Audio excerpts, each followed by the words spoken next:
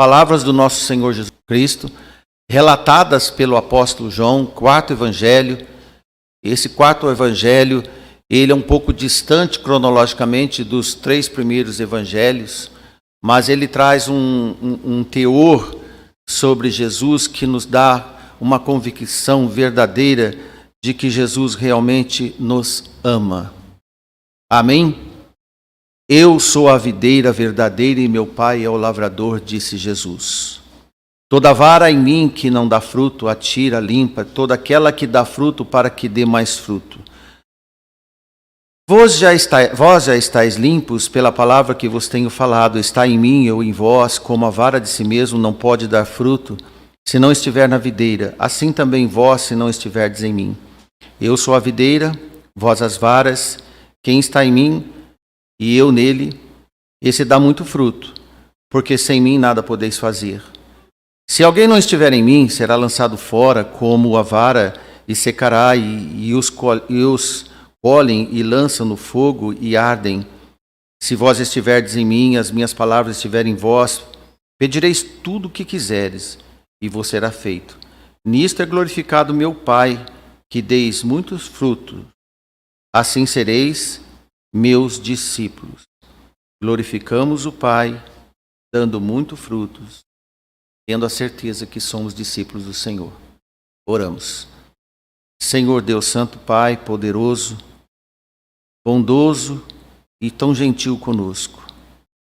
Agradecemos pelas atividades que esta igreja tem executado para o benefício do Evangelho e a preservação da santidade do seu corpo, a igreja.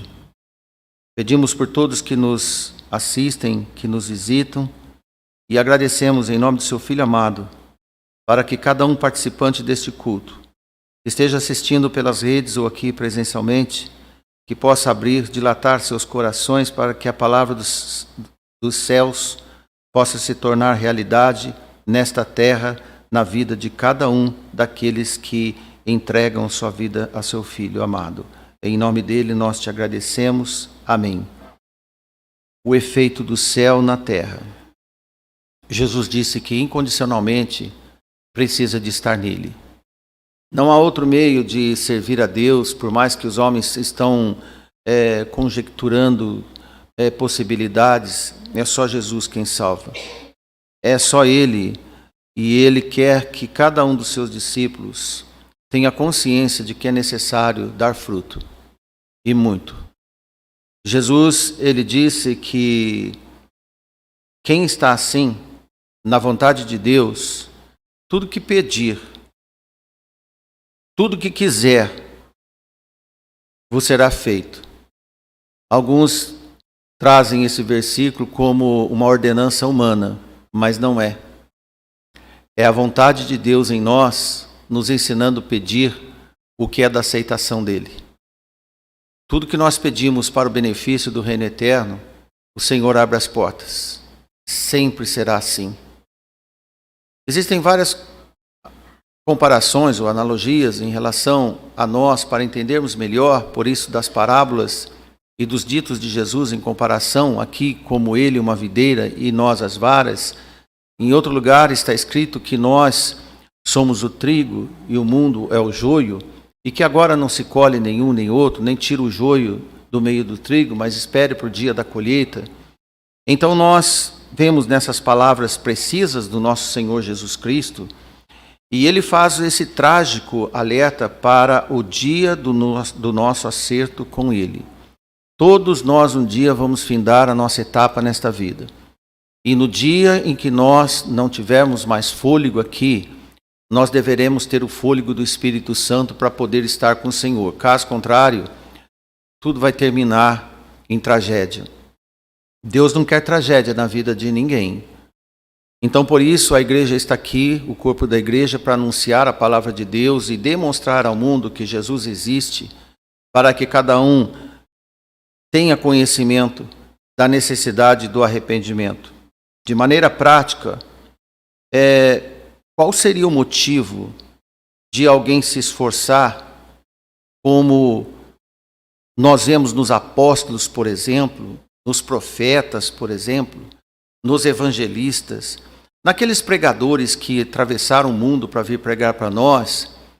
E eu percebo que alguns acham que esforço, tarefa, dedicação, entrega e renúncia é para os pastores, para os apóstolos, mas não é para você. Deus quer de você renúncia e quer trabalho. Você vê que nesse texto aqui ele não diz de qualificação, mas ele diz dos que estão nele. Se você está no Senhor, Ele quer você ter obras do seu arrependimento. Então, nós, neste momento, vamos falar para você que quando nós vemos alguém ter o seu esforço, dedicação, competência de desenvolvimento para a produção de obras, de amar ao próximo, de renunciar a si mesmo, como nós vemos em Gálatas 5 e 22, se no fim das contas, quando Jesus voltasse, todos os homens, inclusive aqueles crentes mornos, que pouco fazem, quando Jesus voltasse, ele fosse apalpar cada um e falar, olha, sabe uma coisa, vamos parear tudo por igual, não tem diferença nenhuma, afinal de contas, alguns já diziam mesmo aqui na terra que todos são filhos de Deus. Que palavra mais errada que a gente ouve das pessoas aí fora, dizer, todos nós somos filhos de Deus, todas as igrejas levam para o céu, todas as igrejas são boas. Não, irmãos. Se todas as igrejas fossem boas, o Senhor tinha aceitado o sacrifício de Saul. Não é? Não é assim, não é qualquer culto que Deus aceita. Deus aceita o culto daqueles que estão atrelados a Jesus. Não há outro culto aceitável se não estiver no Senhor. Então, a pergunta para nós, bem óbvia, é qual seria a valia de um discípulo dedicado se os relapsos também recebessem o mesmo bônus da salvação eterna quando na vinda do nosso Senhor Jesus Cristo. Mediante essas indagações coerentes, verificaremos conteúdos bíblicos para o nosso esclarecimento, discernimento e também para reflexão da consciência de cada um de nós. Um quesito intrigante é como alguns podem multiplicar tantos nas virtudes do Espírito, enquanto outros negligenciam no passar do seu tempo na igreja, sendo que a maioria, todos começam bem animados no Evangelho. Lembra quando você conheceu Jesus? Você lembra? Todos nós lembramos? Estou falando agora para os irmãos das igrejas, irmão da igreja. Quando nós entendemos que Jesus era o nosso Salvador e que Ele era tudo na minha vida, que alegria muito forte que deu em nós. Então Jesus ele continua nos amando da mesma forma que Ele nos amou primeiro.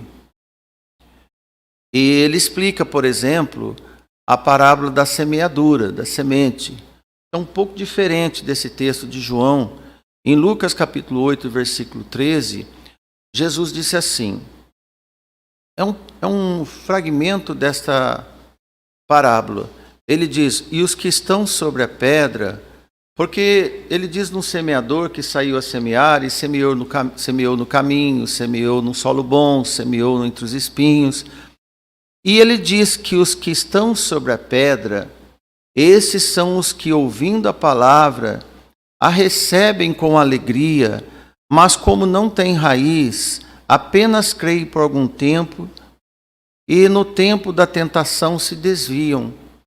Olha, Jesus diz que há possibilidade e é fato de que algumas pessoas ouvem a palavra de Deus, recebem com alegria como nunca, como nos nossos primeiros dias do Evangelho, mas como não têm raiz, apenas creem por algum tempo. Que frase triste, crer por algum tempo. E no tempo das provações, da tentação, eles se desviam do caminho do Senhor, abandonam o caminho do Senhor. Obviamente, irmãos, considerando que todas as sementes são excelentes, e agora o fator principal está que tipo de solo e que lugar foi semeado. E agora eu estou falando para você, o lugar que foi semeado é como se cada um de nós fosse um lugar, um tipo de terreno. E esse lugar é o seu coração. Porque a palavra de Deus, nesse momento, ela está sendo semeada. E ela está chegando em cada coração. E que tipo de terreno é o meu coração? Que tipo de terreno é o seu coração? Você pode medir pelo tempo de vida que você já conheceu o Senhor, quando você recebeu a semente que foi semeada no seu coração e você aceitou o Senhor. É como as pregações anunciadas no Espírito Santo do Senhor, certamente chegam em todos os corações com o mesmo poder. Isso é fato. A pregação de hoje chega em todo o coração do mesmo jeito. Eu não estou pregando especialmente por irmão Davi neste momento, mandando recado para ele. Tem pregadores que fazem isso. Manda recado em púlpito. Não estou fazendo isso.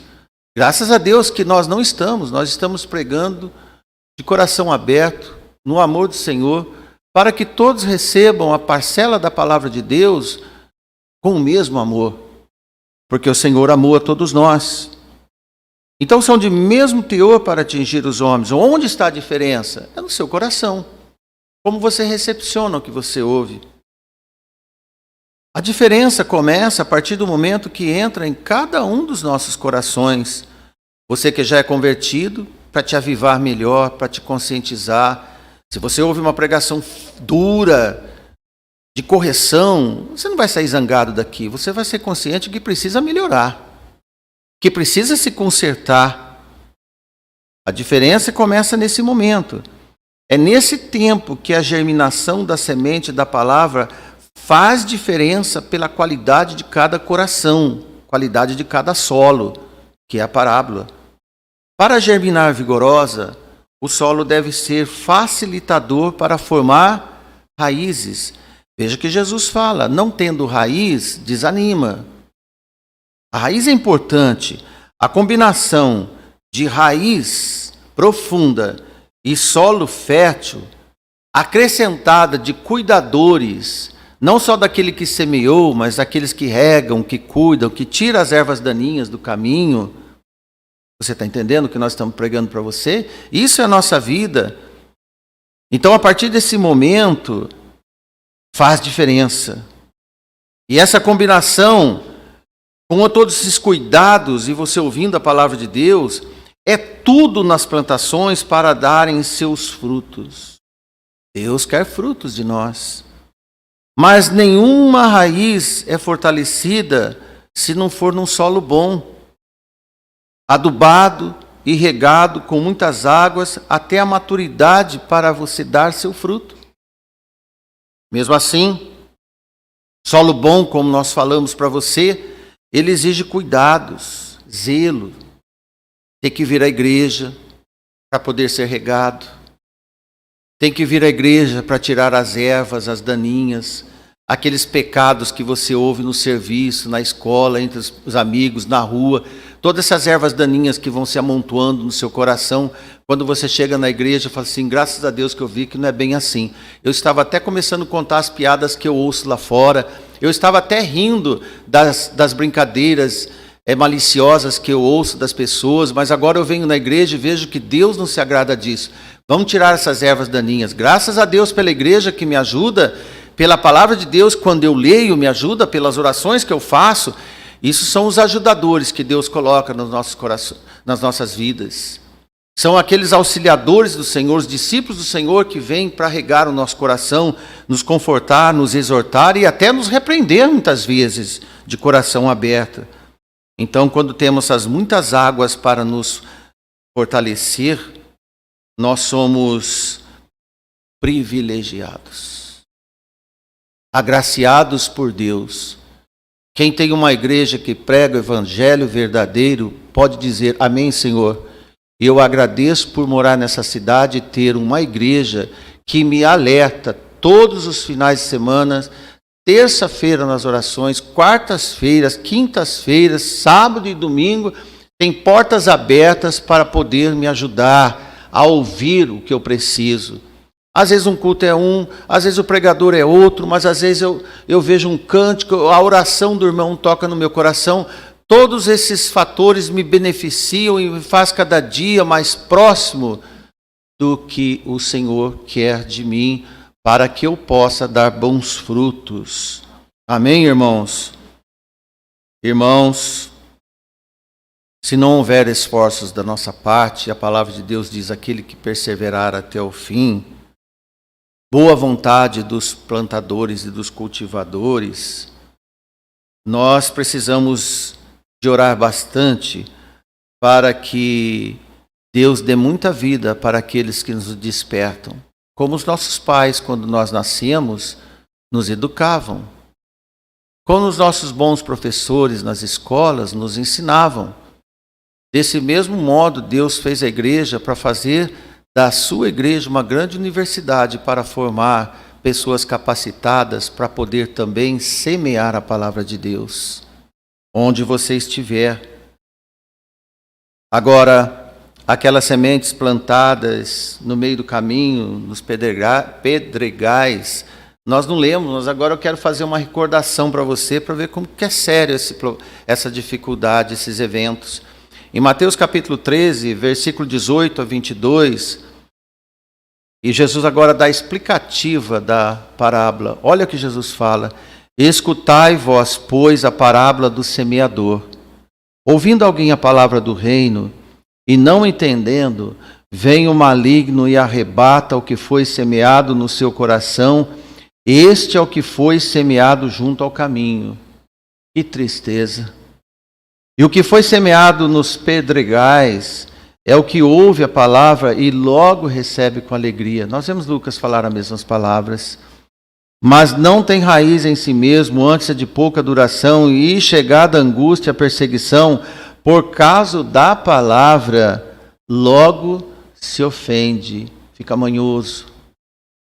E o que foi semeado entre os espinhos é o que ouve a palavra, mas os cuidados deste mundo, os afazeres desse mundo, a sedução das riquezas, sufoca a palavra e fica sem dar frutos. Crente que não dá fruto.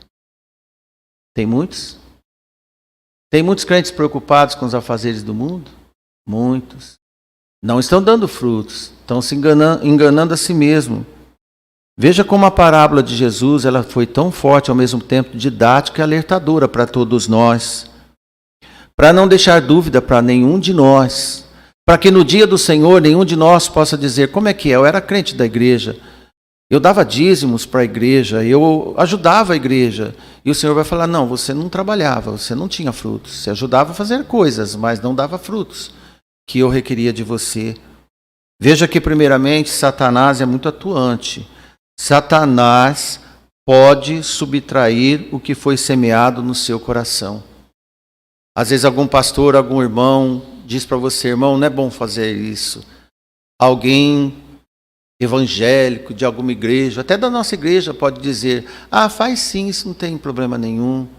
Isso é coisa dele, opinião pessoal dele. Abra as escrituras e veja o que está escrito. Satanás pode sim tirar, retrair o que foi, deixando um vazio de Deus novamente.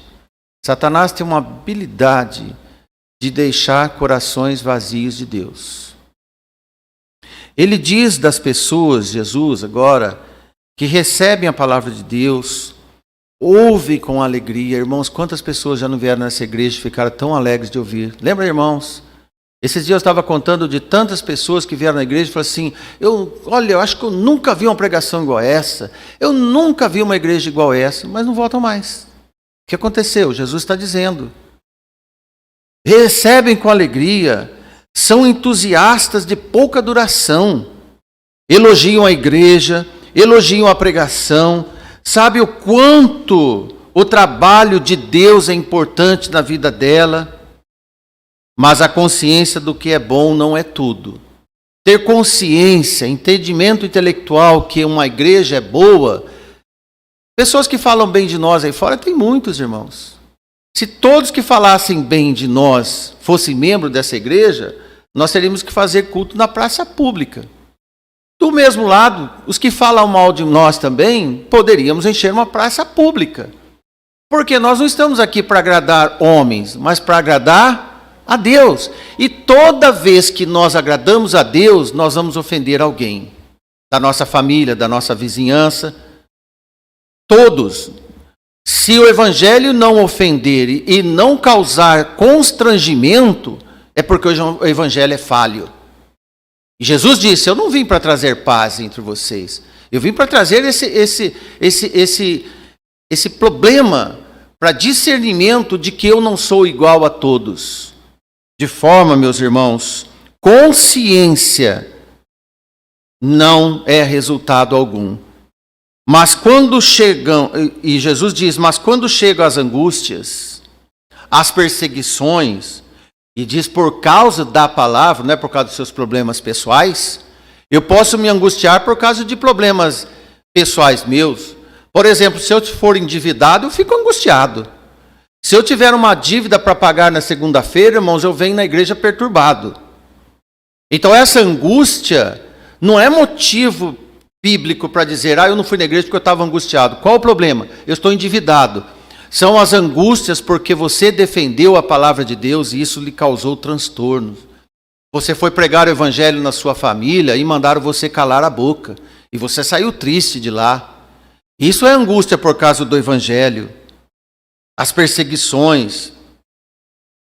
Agora, mesmo assim, sem sustentação da raiz, essas pessoas se azedam, se ofendem, pegam para eles a ofensa. A ofensa não é para nós, é para Jesus.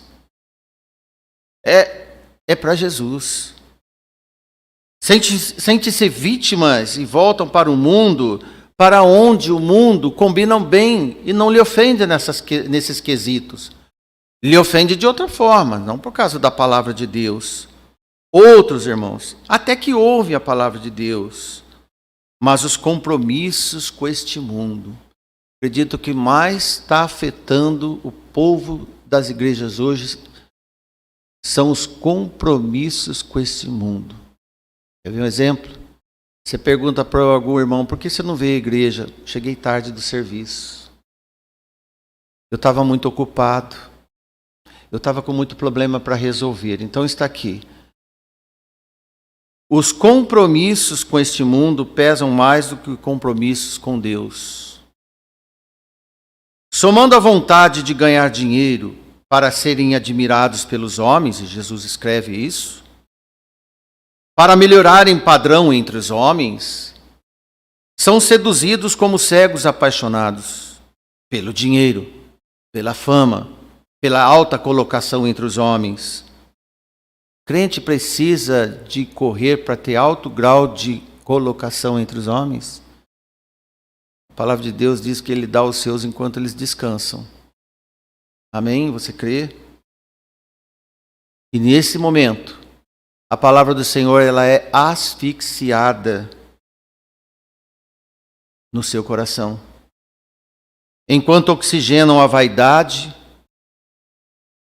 o sonho dos seus bolsos cheios, com agendas mundanas completas, são aqueles em que o mundo fala mais alto do que a voz serena da mensagem do nosso Senhor Jesus. Dói, mas é verdade. Espero que todos que nos ouvem, os que estão ouvintes presentes e os ouvintes nas redes, sejam todos verdadeiros discípulos de boa terra e que despertem para a realidade individual. Hoje, sempre, a pregação é um compromisso individual. E que possam dar frutos e ter muitas virtudes de Deus. Em Mateus 13:23, Jesus diz, mas o que foi semeado em boa terra é o que ouve e compreende a palavra e dá fruto. E um produz 100, e outro 60, e outro 30. Qual o problema? Ele produziu a metade que Deus lhe capacitou. Cada um fez a sua parte. Verdadeiros discípulos do Senhor são medidos pela compreensão da palavra, enquanto as obras os seguem. Os espirituais discernem coisas espirituais, produzem virtude segundo a capacidade que Deus lhes deu, são conscientes. Sabe no espiritual o que pesa mais quando ele se sente ausente do compromisso que Deus lhe incumbiu. Você tem essa dor? Por exemplo, quando a gente deixa de ler a Bíblia alguns dias, a gente sente mal. Quando nós ousamos a não orar, pelo menos umas 10, 15 vezes no dia, você se dá por conta e fala assim, ué, o que está acontecendo comigo? Que mundo que eu estou? Isso é consciência de Deus pesando. Quando você não está em comunhão com os irmãos, você fica xarope consigo mesmo. Fala assim, que triste. Cadê os meus irmãos? É isso, irmãos, que nós temos que ter. Essa necessidade, o espiritual, ele tem essa necessidade. Ele não vem à igreja para esquentar banco, ele vem na igreja para alimentar. Porque ninguém senta à mesa da sua casa para esquentar cadeira, mas para usufruir o que é servido na mesa. Então, quando a gente vem à igreja, nós não estamos aqui para esquentar banco, nós estamos aqui porque é servido a mesa espiritual e você sai farto da palavra de Deus. Você se alimenta da palavra de Deus e dá glória a Deus por isso, para ter um local para ouvir a palavra de Deus com ar-condicionado, um ambiente agradável, de pessoas agradáveis. E aí você olha para fora e vê que tem irmãos que não podem pregar, não podem ouvir. Tem lugar onde um culto como esse, todos nós seremos metralhados, todos nós seremos presos. Então nós dizemos, Senhor, que maravilha estar nesse pedaço de chão desse mundo. Glória a Deus por isso. Porque aqui nós podemos pregar numa avenida no centro da cidade. O que nos perturba é som de carro às vezes. Mas deixa eles. Eles estão passando aqui em frente vendo que aqui existe uma igreja. Isso é a igreja do Senhor. A regra é, irmãos, abundância de ações graciosas de Deus. É clara. Situação em que o plantio da palavra foi eficaz.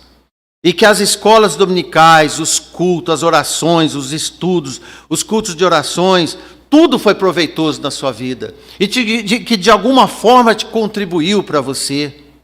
Em Colossenses 2,7, Paulo escreve, enraizados e edificados nele e confirmados na fé, assim como fostes ensinados nela, abundando em ações de graças. Veja esse versículo, se ele faz parte da sua fotografia. Se fosse traduzir a fotografia do seu coração, sairia impresso desse jeito? Que tal?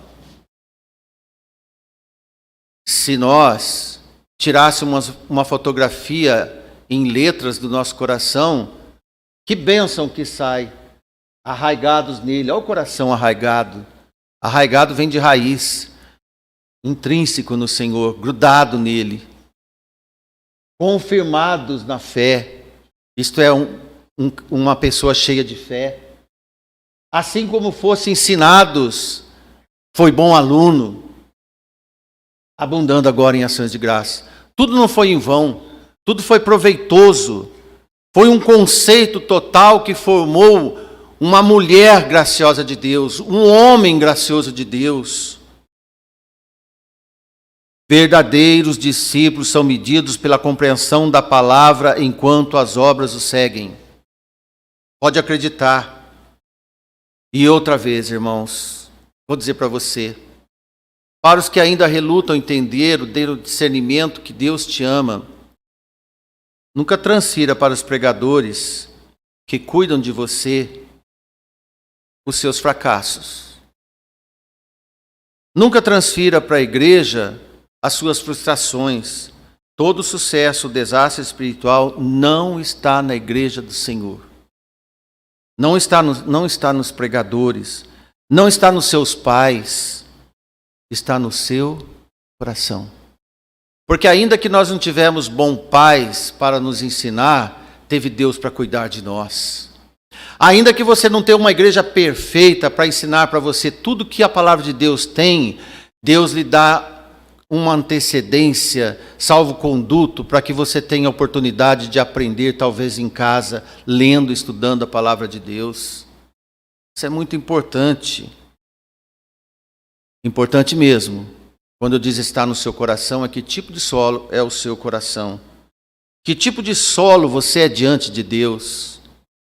Peça ao Senhor para enriquecer o seu coração das fertilidades espirituais, porque as materiais, as seculares, não nos interessam tanto assim. Em 1 Coríntios capítulo 3, versículos 7 e 8, Paulo, tocando nesse assunto, ele diz: por isso, nem o que planta é alguma coisa. O pregador do evangelho, irmãos, é um servo de Deus. Nem o que rega também é alguma coisa. Ninguém se sinta importante, arrogante, dono de igreja, manda daqui. Não, nenhum de nós somos. Sabe quem é alguma coisa na sua vida? Mas Deus, que dá o crescimento. Nós pregamos para você agora. Muitos têm ouvido a palavra de Deus há muito tempo. Nós não somos nada mesmo. Quando alguém disser para você: o pregador Márcio, ou o pastor Márcio, ele não é nada. É verdade, você fala assim, é verdade, ele não é nada, mas Deus é tudo. Deus é tudo na vida dele, Deus é tudo na igreja, porque Deus que dá o crescimento à igreja. Não sou eu não, irmãos. Por mais que nós estamos mais de 30 anos aqui, nós somos meros instrumentos de Deus, incapazes se não tivermos debaixo da autoridade, da capacidade dele. É ele que nos dá o crescimento. Ora, o que planta e o que rega são um, isso é comum. Nenhum é melhor que o outro, mas cada um receberá o seu galardão segundo o seu trabalho. Pregador da sua igreja, os professores da escola dominical da sua igreja, é Deus que vai acertar conta com eles, porque nós somos empregados de Deus. É Ele que vai pagar para nós. E vou dizer para você, eu sei que o Deus que nós temos é exigente conosco. A Bíblia diz que vai ter maior peso para aqueles que cuidam do rebanho de Deus. Ser pastor não é brincadeira. Então ore por nós, para que Ele tenha misericórdia de nós, para que possamos ensinar o verdadeiro evangelho para você. Olha que responsabilidade que nós temos, irmãos. Muito grande. Ele não exige de você 1 milímetro, uma dose de resultados que esteja acima da nossa capacidade, sabia? Jesus disse em Mateus 25:15, e a um deu 5 talentos, e a outro deu 2, e a outro deu 1. Olha só, a cada um segundo a sua capacidade, e ausentou-se para longe. A principal referência não é a quantidade nesse versículo, é a capacidade. Por isso que aquele que recebeu 1 e enterrou, o Senhor foi pesado para ele. Alguém pode dizer, por que o Senhor foi tão assim cruel com ele? Irmãos, porque ele tinha capacidade e não fez. Se você tem capacidade de fazer mais do que você pode fazer e não ter feito, leia essa parábola.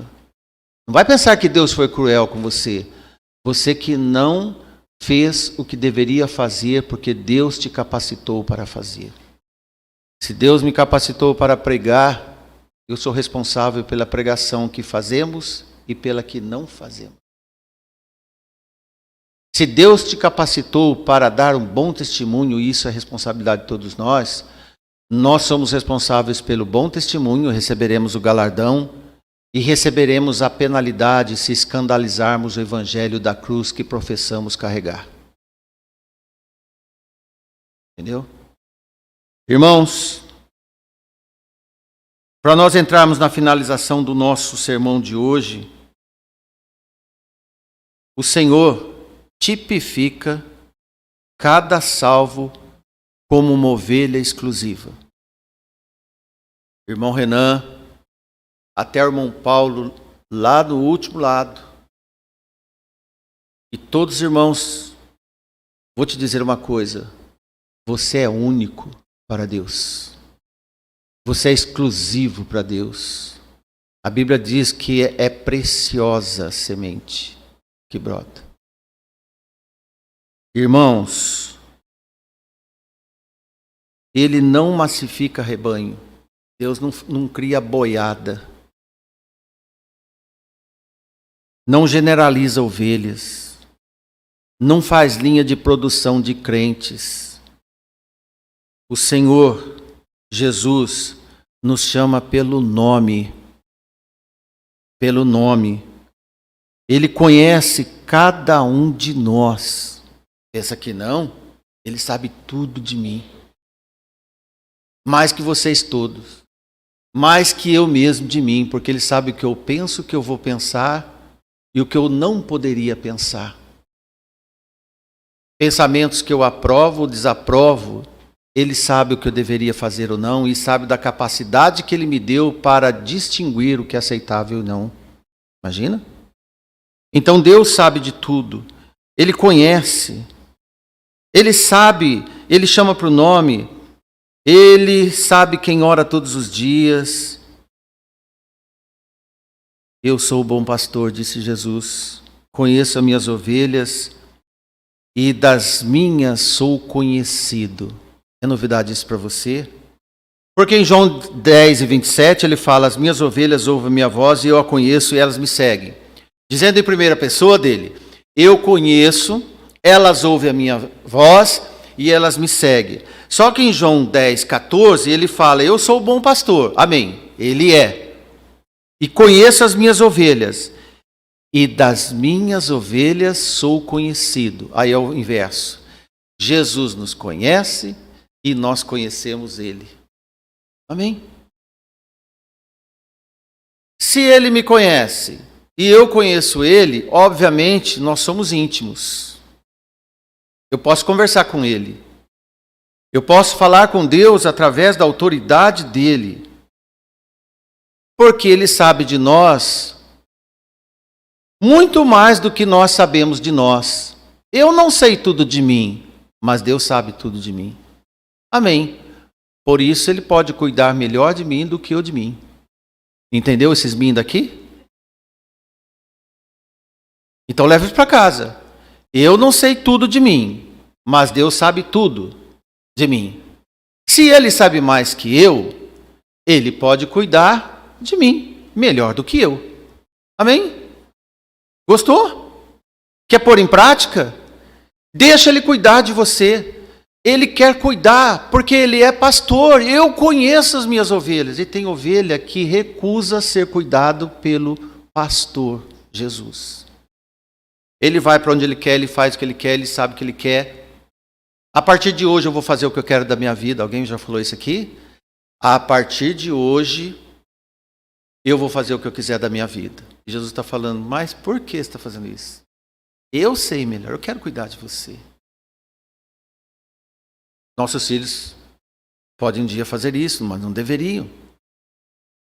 Talvez nós fizemos isso um dia para os nossos pais. Deus deseja que tenhamos uma vida produtiva, voluntariosa e cuidadosa debaixo da aba dele. Porque o compromisso da nossa salvação se manifesta nas nossas virtudes espirituais. E João 15, 8, Jesus disse assim: nisto é glorificado o meu Pai, dizendo aos seus discípulos. Aquele bate-papo que ele sempre teve com eles, eu digo bate-papo porque era muito espontâneo.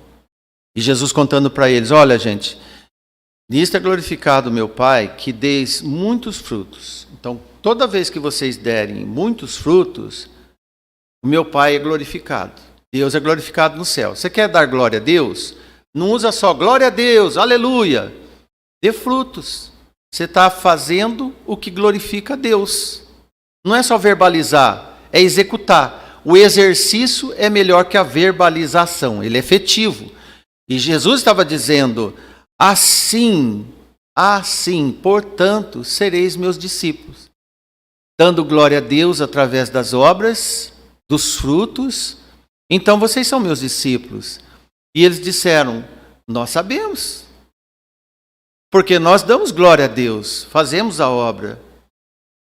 As virtudes do fruto é que provam o seu discipulado, que você é um crente de fato. Que importante isso. Se queremos assumir o compromisso de ser produtivo, devemos desenvolver raízes confiáveis no Senhor para vencermos dificuldades. Amém? E para terminarmos, irmãos, se Jesus cuida de nós, Ele diz que Ele é fonte das águas vivas. A raiz precisa de água. Quanto mais nós nos aprofundamos nesse deserto que nós vivemos, mais árvores, folhas verdes nós vamos ter. E as pessoas vão olhar para você e dizer: por que você é diferente de nós? Por que você tem um comportamento diferente nesse deserto? Nós estávamos viajando e uma mulher disse para nós esses dias, quando fomos entregar um folheto para ela, depois de ser hospedado, ela falou: somos da Igreja Batista, Pereira Barreto e tal. Aí ela falou assim: bem que eu vi que vocês eram diferentes. Folhas verdes no deserto. Folhas verdes no deserto. Amém, irmãos. Que Deus nos ajude. Que cada dia mais o Senhor possa completar o que tem de fazer em nós. Amém. Último versículo dessa noite, Eclesiastes 11:6. Pela manhã, semeia a tua semente. Isso é uma ordem. E à tarde, não retires a tua mão, porque tu não sabes qual prosperará. Se esta, se aquela, ou se ambas serão igualmente boas. Fica essa meditação para você descobrir o que é que este versículo está dizendo para você. Primeiro, dica de interpretação. A partir das primeiras horas do seu dia. O que você tem que fazer? Semear. Por que as pessoas levantam 6, 5 horas da manhã para ir para o serviço, para trabalhar? Aqui ele diz: você levantou cedo para mim, o Senhor, dizendo: semeia a semente.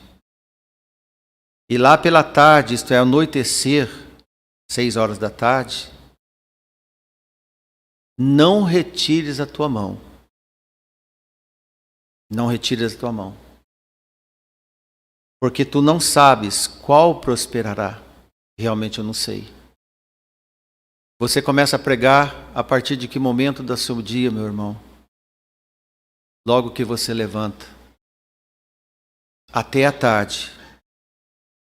Você não sabe qual vai prosperar. Mas uma coisa você tem certeza. Você plantou e cuidou. Cuide de quem está ao seu lado. Cuide de quem Deus coloca na sua vida desde a manhã. E vê o que Deus vai fazer na sua vida e na vida de quem Deus colocou ao seu lado. Amém? Deus abençoe.